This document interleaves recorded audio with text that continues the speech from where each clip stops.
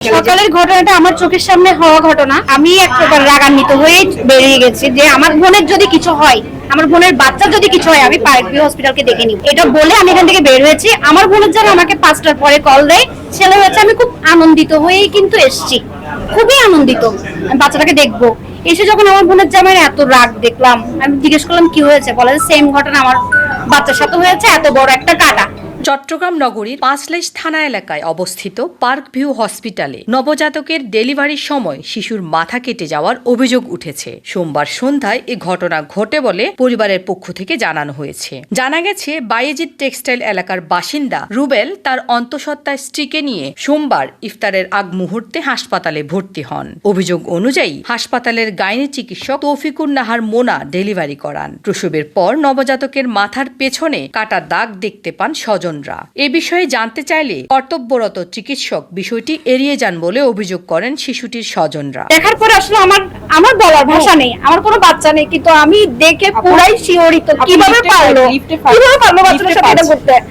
আরো ডক্টর যে ডক্টরকে আমরা বিলিভ করি, উনি বলছে এটা আমরা করেছি। এটা আমরা কিভাবে মানবো? আপনাদের কাছে আমার প্রশ্ন, আমরা কাকে বিশ্বাস করব?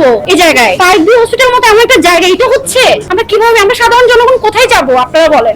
আমি এটার বিচার চাই। পরবর্তীতে হাসপাতাল কর্তৃপক্ষের সঙ্গে যোগাযোগের চেষ্টা করা হলেও কাউকে পাওয়া যায়নি বলে দাবি পরিবারের। একই দিন সকালে হাসপাতালটিতে আরেকটি অনুরূপ ঘটনা ঘটেছে বলে অভিযোগ উঠেছে। ওরা এখানে চিৎকার চেঁচামেচি করছিল, পরে গিয়ে এডমিনের সাথে কথাবার্তা বলছে।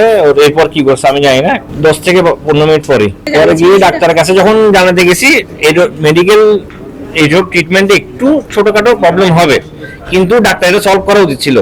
কিন্তু ডাক্তার সলভ না করে উল্টা আমাদেরকে দোষ দিচ্ছিল, উল্টা আমাদের সাথে ব্যাড বিহেভিয়ার করতেছিল।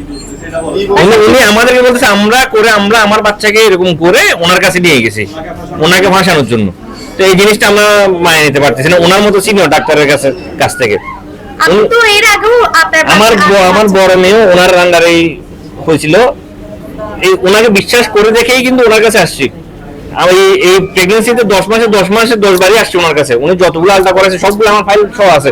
ওনাকে অন্ধের মতো বিশ্বাস করে দেখে ওনার কাছে আসছি, কিন্তু ওনার কাছে আসার পরে ওনার থেকে তো এরকম বিহেভ আমরা আশা করতে পারি না।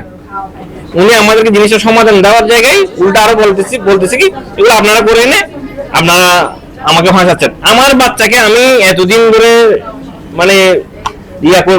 আদর করার জন্য বসে আছি, উল্টা আমি আমার বাচ্চার ক্ষতি করে কি ওনার কাছে যাবো?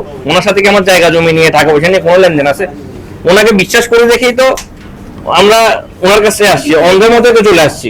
কিন্তু উনি ওনার ওই বিহেভটা ওটা আমরা মেনে নিতে পারি নাই। উনি জিনিসটা সমাধান না করে আমাদের বাচ্চার মাথা ঢেকে দিয়ে তারপর বাচ্চাটাকে দিয়ে দিছে। আমরা তো দেখি নাই। পরে যখন বাচ্চাকে ফিটিং করানোর জন্য মায়া নিছে, কাঁথা সরানোর পর মাথা দেখছে, তখনই কি আমরা বলতে গেছি যে আপনি এটা কি করলেন, তখন উনি আমার সাথে ব্যাড বিহেভিয়ার শুরু করে দিয়েছে।